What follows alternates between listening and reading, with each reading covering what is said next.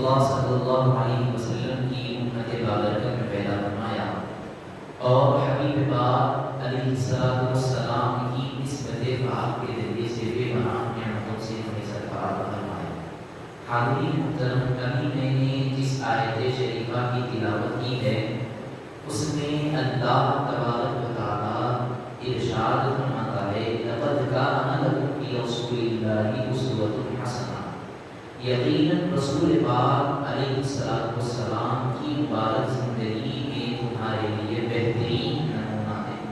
تو حاضرین محترم، اللہ تبارک و تعالیٰ کا روز اول سے قانون رہا کہ جب کبھی گمراہی عام ہوئی، جہالت پھیل گئی، کمزوروں پر ظلم ہونے لگا اور لوگ کفر و شرک کے دلدل میں پھنسنے لگے، تو اللہ تبارک و تعالیٰ نے ان کو راہ حق پر لانے کے لیے، عدل و انصاف کی خوشبو سے عالم کو مہکانے کے لیے اللہ تعالیٰ نے ہر دور میں حضرات انبیاء علیہ السلام کو بھیجتا رہا اور وہ مبارک ہستیاں خدا کا پیغام خدا کے بندوں تک پہنچاتی رہی۔ آخر میں ہمارے آقا و مولا نبیوں کے سردار سید الانبیاء حضرت احمد مجتبی محمد صلی اللہ علیہ وسلم کو رحمت للعالمین و خاتم النبیین بنا کر ساری کائنات کے لیے بھیجا۔ آپ کے بعد کوئی نبی اور رسول آنے والے نہیں ہے۔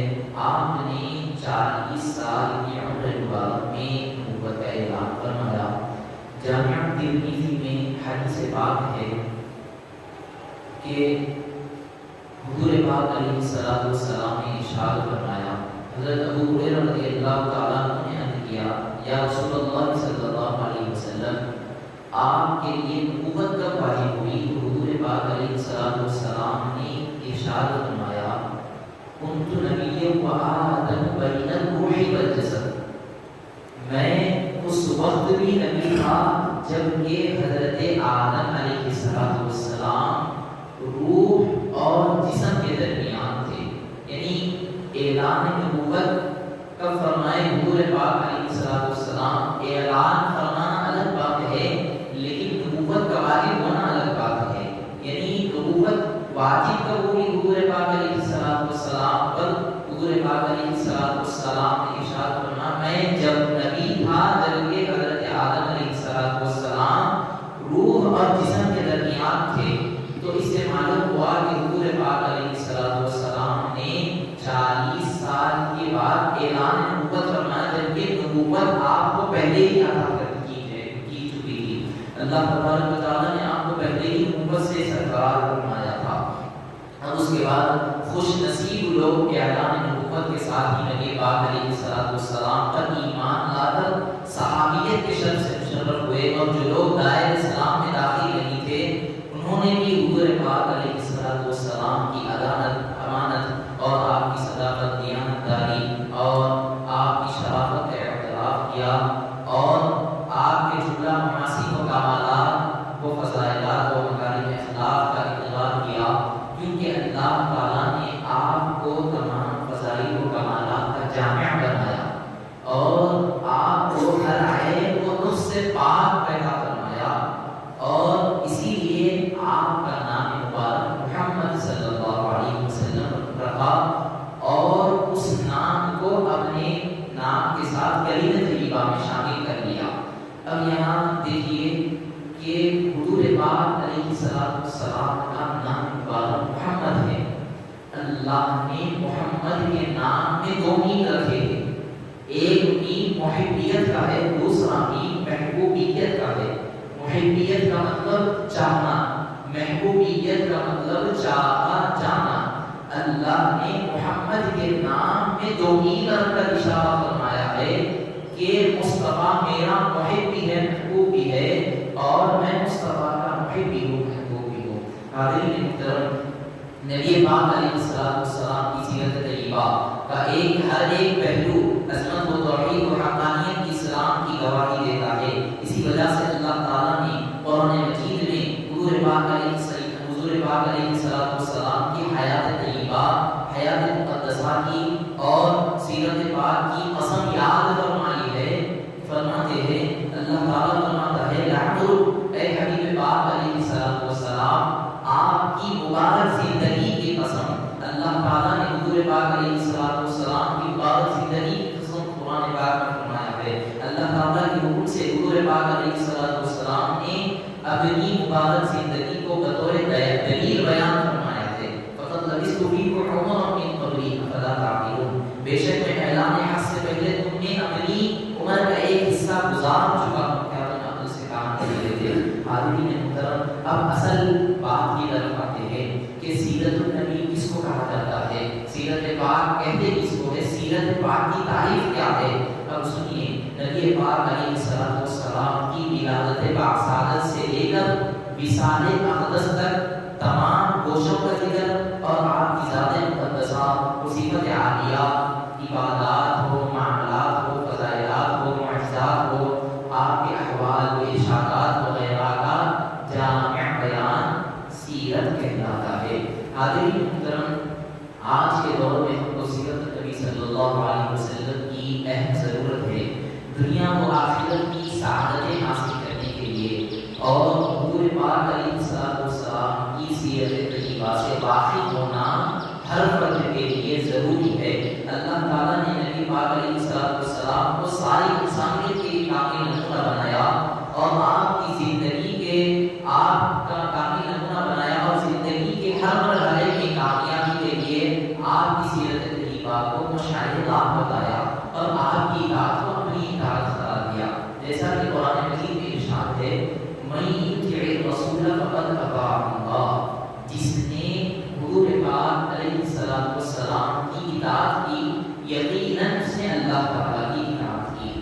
اللہ تعالیٰ نے حضور پاک علیہ السلام کی اداؤں کو شریعت بنا دیا، کیونکہ آپ پاکیزہ چیزوں کو حلال اور ناپاک چیزوں کو حرام قرار دیتے تھے۔ اور اللہ تبارک و تعالیٰ آگے فرماتا ہے کہ حضور پاک علیہ السلام کی اطاعت کو اتباع کرنے والا ابدی سعادتوں کا مستحق اور اللہ تبارک و تعالیٰ کی بارگاہ میں وہ محبوب بندہ ہو جاتا ہے۔ حاضرین محترم، ولادت باعث سے پہلے حضور پاک علیہ السلام کی ولادت سے قبل جو حالات تھے، آج وہ حالات کو بیان کیا جائے گا۔ حضور پاک علیہ السلام کی ولادت باعث سے پہلے ہر طرف کفر و شرک کے گھٹاٹوس کی بادل چھائے ہوئے تھے، تاریکی و ظلمت کی چادر پھیلی ہوئی تھی، جہالت ہر طرف عام ہو چکی تھی اور زیادتی اپنی انتہا کو پہنچ چکی تھی، قتل و غارت گیری اپنے عروج پر تھی، فساد و خون ریزی کا بازار گرم تھا۔ جہالت کی حد یہ تھی کہ لڑکی کی پیدائش کو منحوس سمجھا جاتا تھا اور جس گھر میں لڑکی پیدا ہوتی وہ لڑکی کو زندہ دفن کر دیا جاتا تھا۔ اللہ اکبر۔ معاشرے میں سود خوری، جوا بازی، عیاشی، شراب نوشی، فحاشی، حرام کام عام ہو چکے تھے۔ بے حیائی کا عالم یہ تھا کہ کعبۃ اللہ شریف کا بنانا طواف کیا جاتا تھا۔ اللہ اکبر۔ اللہ تبارک و تعالیٰ نے یہ تمام چیزوں کو چھوڑ، یعنی جو لوگ غلط چیزیں اختیار کر لیے تھے تو وہ غلط چیزوں کو ہٹانے کے لیے، یہ حرام کام کو ختم کرنے کے لیے اللہ تعالیٰ نے نور مجسم حضور پاک علیہ السلام کی شان رسالت کے ساتھ ساری مخلوق کے لیے ہدیے و رہبر بنا کر سرزمین حجاز میں جلوہ فرمایا، تاکہ آپ نے کفر و شرک کی ظلمتوں سے نکال کر ایمان و اسلام کے نور سے روشن کو منور کرے۔ حاضرین محترم، ذلت و رسوائی کے دلدل سے نکال کر عزت و اکرام کی بلندیوں پر پہنچائے، جہالت کی تاریکیوں کو مٹا کر علم کا اجالا پھیلائے اور سارے عالم کو ہدایت و معرفت کے نور سے منور کر دے۔ جیسا کہ اللہ تعالیٰ کا ارشاد ہے، الف لام را کتاب انزلناه الیک لتخرج الناس من الظلمات الى النور باذن ربهم الى صراط عزیز حمید۔ الف لام میم را، یہ عظمت والی کتاب ہے جس کو ہم نے آپ کی طرف اتارا تاکہ آپ لوگوں کو تاریکیوں سے نکال کر ہدایت کے نور کی طرف لائے اور ان کے پروردگار کے حکم سے اس کی راہ کی طرف جو غلبے والا سب خوبیاں والا ہے۔ حاضرین محترم، اب یہاں حضور پاک علیہ السلام کے نور مبارک کا تذکرہ ہو رہا ہے۔ اب سنیے، حضرت انبیاء علیہ السلام میں سب سے اخیر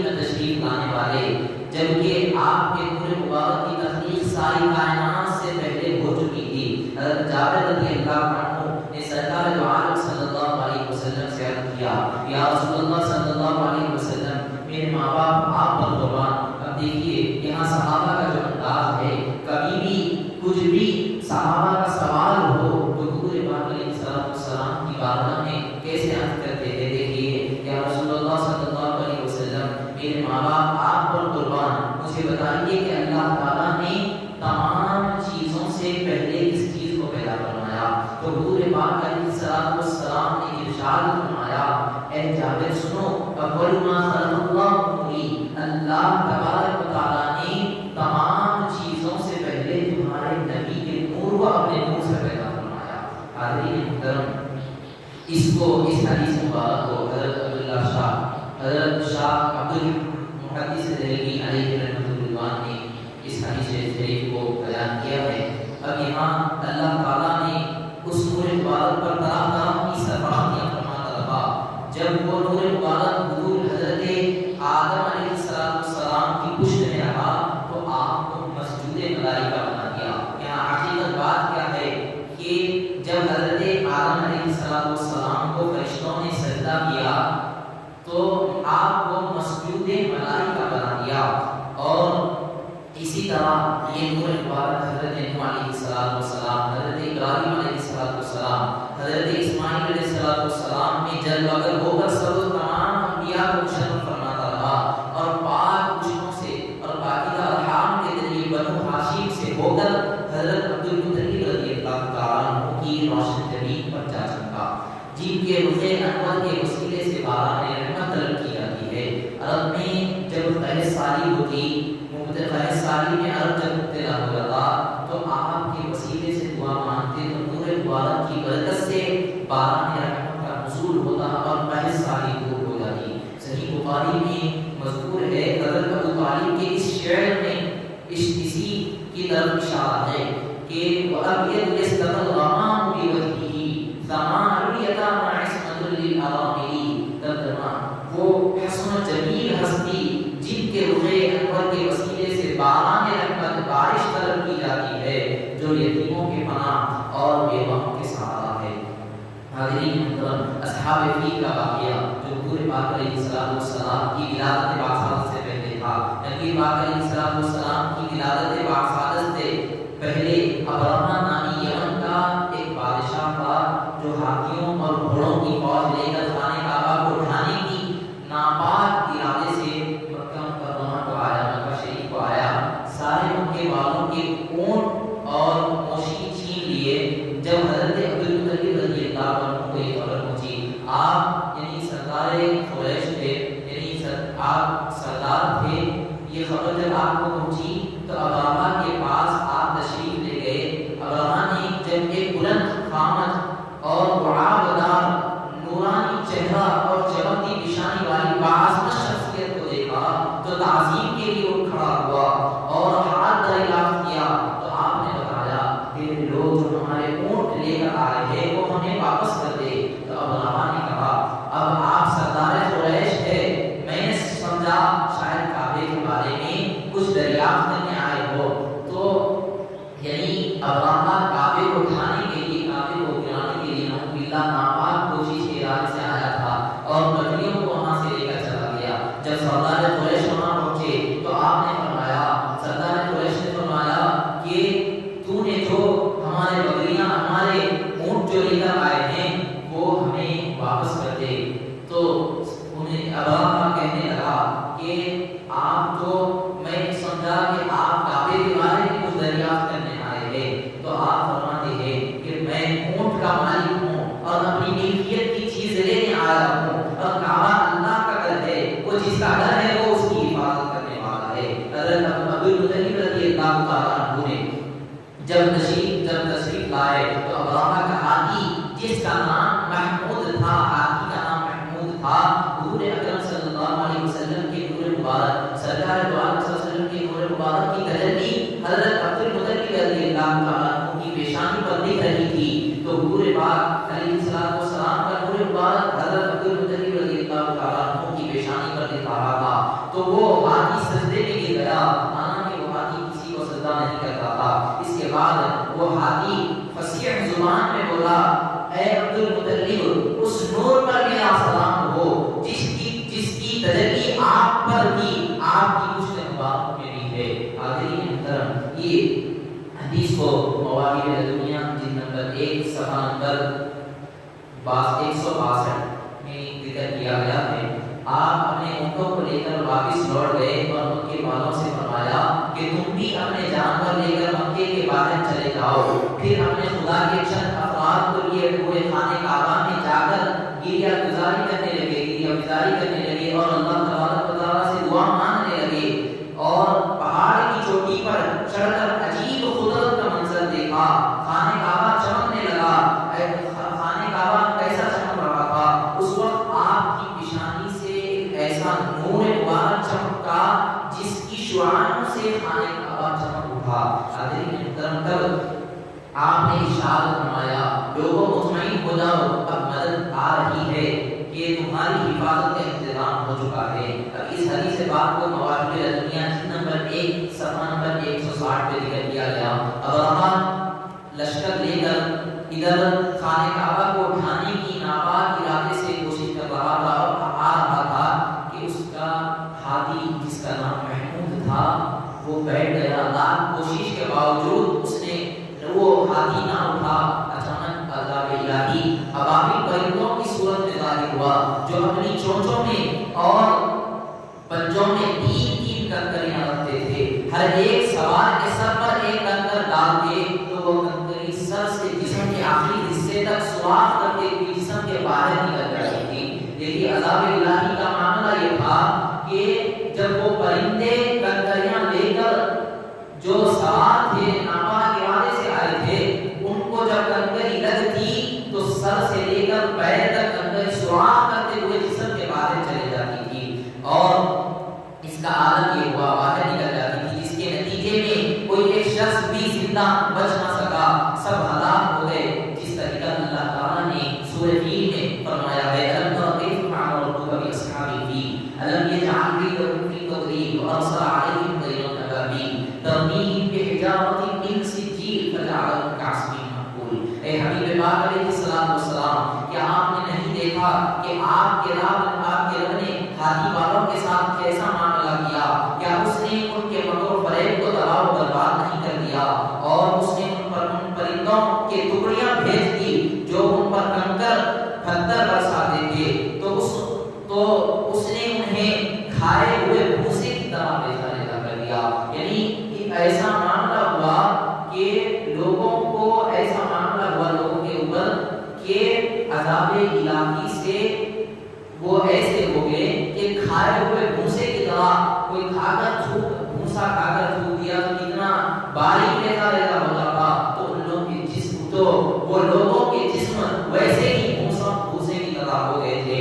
حاضرین محترم، اس حدیث پاک کو مواہب دنیا جلد نمبر 1 صفحہ نمبر 164 سبیل الہدی والارشاد جلد نمبر 1 صفحہ نمبر 215 میں اس حدیث پاک کو ذکر کیا گیا۔ اب یہاں سے حضور پاک علیہ الصلوۃ والسلام کا نسب مبارک شروع ہو رہا ہے۔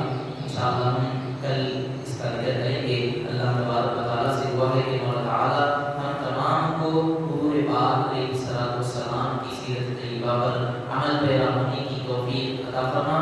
آمین بجاہ سید المرسلین صلی اللہ تعالیٰ وبارک وسلم علی